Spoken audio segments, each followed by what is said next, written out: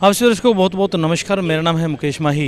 Red square market में है, Nalwa lab के बिल्कुल सामने जो है गौतम सरदाना ने जो अपना एक चुनावी कार्यालय का जो देखिए अभी पीछे देख भी सकते हैं कि चुनाव कार्यालय गौतम सरदाना। और इस चुनाव कार्यालय के उद्घाटन के अवसर पर जो है एक बड़ा एक पवित्र माना जाता है हवन यज्ञ जो किया गया है, और उस हवन यज्ञ के साक्षी बने हैं इस शहर के पूरे हिसार विधानसभा के बड़े गणमान्य जो लोग हैं वो यहाँ साक्षी बने हैं। बड़ी भीड़ है और यज्ञ में आहुति डाल के जो एक बिगुल जो पूरे का पूरा बजा दिया है गौतम सरदाना के द्वारा, क्योंकि जो चुनाव जो है 5 अक्टूबर को है और उसमें ये देखने वाली बात होगी कि क्योंकि गौतम सरदाना जो है वो मेयर रहे हैं और पूरे का पूरा एक जो लगाव था वो शहरवासियों के साथ उनका बड़ा एक लंबा रहा है।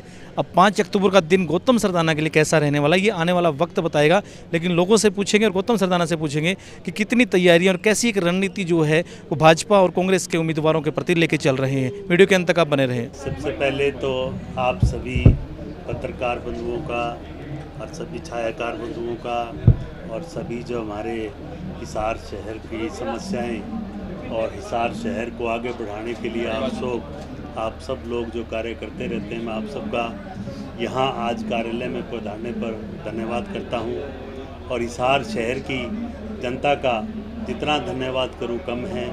और जैसे 10 तारीख को हमने मीटिंग करी हिसार पंजाबी धर्मशाला में, राजगुरु मार्केट पंजाबी धर्मशाला में, और वहाँ पर सभी व्यापारिक, सामाजिक और धार्मिक संगठन के लोग और काफ़ी संख्या में हमारी बहनें, महिलाएं, माताएं, बुजुर्ग, युवा साथी सब इकट्ठा हुए और सब ने एक मत में फैसला किया और एक मत से सबकी आवाज़ थी कि ये उम्मीदवार जो भारतीय जनता पार्टी ने हमें दिया है, डॉक्टर कमल गुप्ता, जो पिछले 10 वर्षों से विधायक है, उसका व्यवहार, स्वभाव जो है पूरे हिसार नगर के प्रति ठीक नहीं है। सभी अपनी अपनी बातें वहाँ रख रहे थे, किसी को भी आज तक खुश करके तो क्या, किसी का मान सम्मान आज तक उन्होंने नहीं किया। हिसार शहर के मान सम्मान के लिए सभी ने एक फैसला किया कि हमारा जो नगर है अब इस थोपे हुए विधायक को दोबारा नहीं चुनेगा।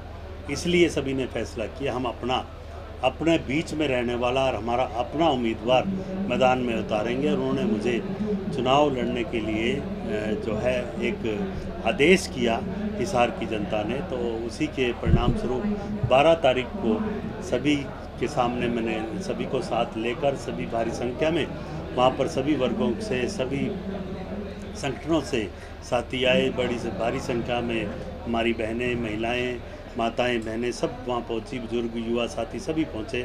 हमने नामांकन पत्र दाखिल किया।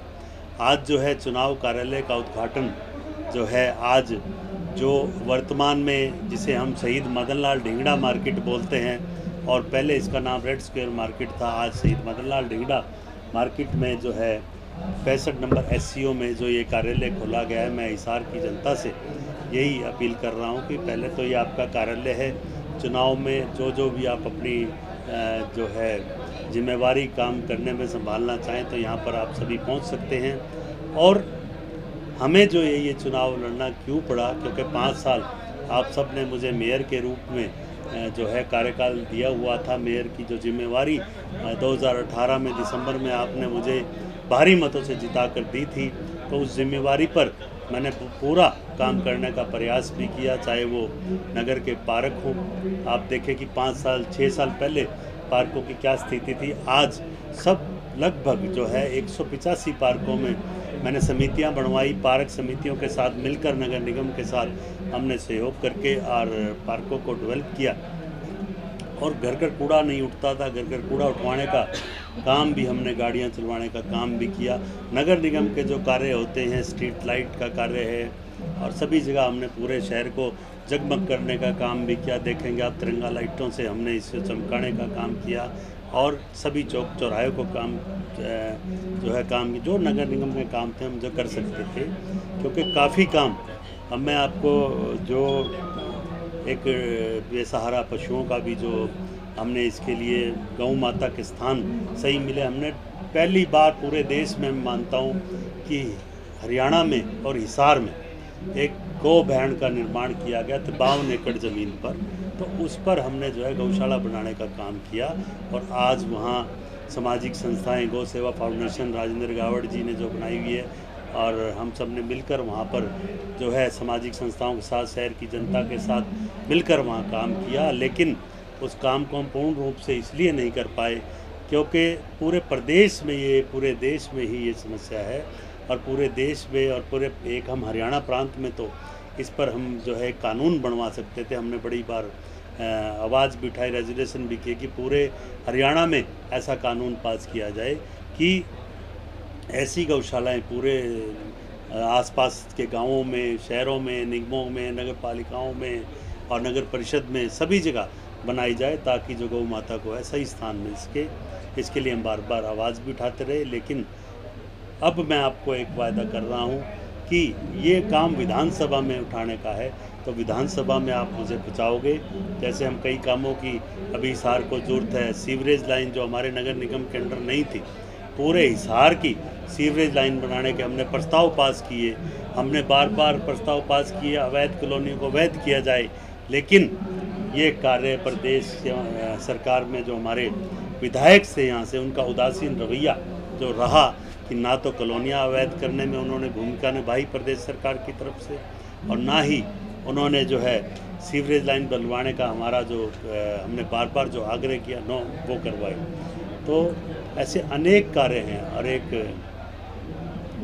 एक जो सबसे बड़ी बात मैं बताऊँ आपको कि एक याशी कंपनी आप सबने सुनी होगी, 2022 अगस्त में इसका सर्वे जनता के ऊपर थोप दिया गया, और जबकि 24 अप्रैल 2022 को ये हमारी हाउस की मीटिंग का रेजोल्यूशन है, ये 358 नंबर ये रेजोल्यूशन है कि हमने ये कहा सभी पार्षदों ने कि ये जो सर्वे है कंपनी का बिल्कुल झूठा है, और इसकी हमारे पास हिसार में 90,000 कंप्लेंट आई हैं, 90,000 ऑब्जेक्शन आए हैं। और जबकि पेमेंट आप जब कर सकते हो जब 5% या 10% तक अगर कंप्लेंट हो तो आप इसकी कटौती करके 10% कटौती करके कर सकते हो, और 20% तक सर्वे गलत है तो इस कंपनी का सर्वे बिल्कुल गलत माना जाएगा और रद्द कर दिया जाएगा। लेकिन ऐसा नहीं किया गया। 12 IAS अधिकारियों से जो है फर्जी रिपोर्टें तैयार करवा कर आज जिनकी इंक्वायरियाँ खुली हुई हैं, आप सभी जानते हो कि 12 IAS से धक्के से साइन करवा के इन कंपनियों को पेमेंटें की गई, और आज उसका खमियाजा हिसार की जनता तो भुगत रही है। अपनी प्रॉपर्टी को ठीक करवाने के लिए, कोई फ़ोन नंबर ठीक कराने के लिए, कोई गज ठीक कराने के लिए, और किसी में थोड़ी बहुत मिस्टेक है तो उसको ठीक कराने के लिए पूरा हिसार लाइन में लगा दिया। 1.5 लाख प्रॉपर्टी, उसमें से 90,000 के पे ऑब्जेक्शन। ऐसा किस मंशा से किया गया? क्या ऐसी मंशा थी कि उसको पेमेंट करनी इतनी ज़रूरी थी? आपका हाउस का प्रत्येक पार्षद, प्रत्येक आपके हरियाणा के मेयर में भी रेजोल्यूशन की कॉपी तक हमने दी, और फिर जब प्रदेश में हमारी मीटिंग हुई उसमें भी 16 फरवरी 2023 को ये आपके आगे है, ये मैंने मुद्दा वहाँ भी उठाया प्रदेश की मीटिंग में भी। लेकिन बार बार ये मुद्दे उठाते रहो लेकिन सुनवाई होनी नहीं। करना ही जब एक विधायक ने काम है, अपनी मनमर्जी करनी है, तो जनता के प्रति जो एक न्याय की बात होनी चाहिए, न्याय तो करा नहीं लेकिन अन्याय की बात वहाँ जरूर की। ऐसी कंपनियों के उम्मीदवार बन के रह गए, और मुझे तो ये लगता है कमीशन का मामला तो नहीं होता जो पेमेंट करनी जरूरी होती है। देखिए ये तो अब ये डॉक्टर साहब भी बताएंगे, लेकिन एक हिसार की जनता को निगलेक्ट करना और हिसार के चुने हुए पार्षदों को निगलेक्ट करना और एक कंपनी को इतना बड़ा मानना, मुझे तो लगता है टिकट भी कंपनी ने ही इनको जो है एक कंपनी के उम्मीदवार हैं, याशी कंपनी के उम्मीदवार।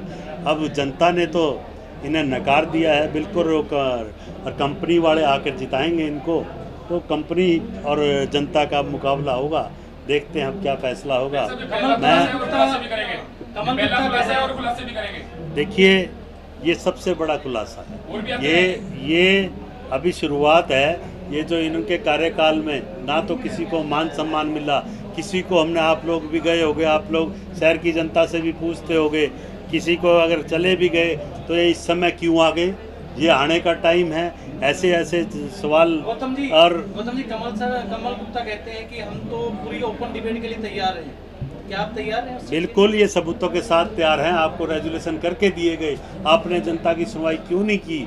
मैं बिल्कुल तैयार हूँ, जब भी डिबेट करने के लिए तैयार हूँ।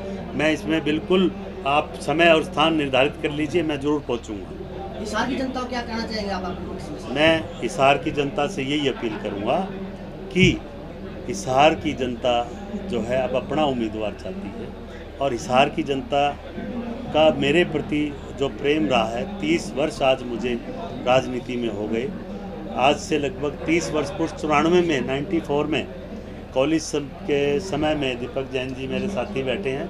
17 सितंबर 1994 को हमने पहला चुनाव जीता था छात्र संघ का महासचिव के रूप में, और वो 17 सितंबर भी नज़दीक है, 3 दिन बाद है। तो 30 वर्ष मुझे पूरे एक चुनाव जीते हो जाएंगे, और 30 वर्षों में जो मुझे हिसार नगरवासियों का जो मुझे प्रेम मिला, मेरे साथ सहपाठियों का, माताओं बहनों का, बुजुर्गों का, युवा साथियों को, और आज मैं देख रहा हूँ मेरे जिनसे मैं पढ़ा हूँ, जो मेरे टीचर रहे हैं, आज वो सभी यहाँ पर 12वीं आज कार्यालय के उद्घाटन के अवसर पर आए हुए हैं। सभी का आशीर्वाद जो है मुझे मिल रहा है, और हिसार शहर की जनता से एक ही वायदा कर रहा हूँ, हमेशा आपके बीच में रहा हूँ, आपके बीच में रहूँगा, और आपके मान सम्मान और स्वाभिमान के लिए लड़ाई लड़ने के लिए तैयार हूँ। जो आपने फैसला किया था, उस लड़ाई को आगे बढ़ाते हुए आप सब ने मेरा सहयोग करना है, और हिसार की जो लंबित मांगें हैं, जो मैं अभी पहले भी बताई है कि जितनी भी जो भी हिसार शहर की मांग है, चाहे वो सीवरेज लाइन है, चाहे वो अन्य कोई भी मांगे हैं, जैसे जो सबसे पहला ज़रूरी होता है कि शिक्षा, चिकित्सा, इस क्षेत्र में काम करना, तो इस क्षेत्र में काम और भी तेज़ी से होगा। तो जैसा गौतम सरदाना ने अपनी प्रेस कॉन्फ्रेंस में कहा कि उनके द्वारा जो जनता के लिए जो काम किए गए लगातार, कि कहीं न कहीं उन कामों को रोकने का जो कार्य किया गया, चाहे वो याशी कंपनी हो, चाहे वो आवारा पशुओं का मुद्दा हो, चाहे वो सीवरेज ब्लॉकेज की समस्या हो, उन्होंने हिसार की जनता के लिए लगातार काम किए। लेकिन उनका साफ साफ ये कहना था कि जो कमल गुप्ता की तरफ से उनको जो सहयोग मिलना चाहिए वो नहीं मिल पाया। लेकिन कमल गुप्ता ने जो कहा था, अपनी जो डिबेट में कहा था कि हम बिल्कुल ओपनली जो है उनसे बहस के लिए तैयार हैं, कि हमने जो जो काम किए हम वो सभी कर सकते हैं। इस चीज़ को गौतम सरदाना ने जो है स्वीकार किया है कि आप जगह और समय बता दीजिए, हम ओपन डिबेट के लिए हम तैयार हैं। अब ये देखने वाली बात होगी कि कमल गुप्ता कितना उनको इस ओपन डिबेट के लिए निमंत्रण देते हैं। आपको क्या लग रहा है, कमेंट के माध्यम से जरूर बताएं। कैमरामैन जतिन के साथ मेरा नाम है मुकेश माही। नमस्कार, जय हिंद, जय भारत।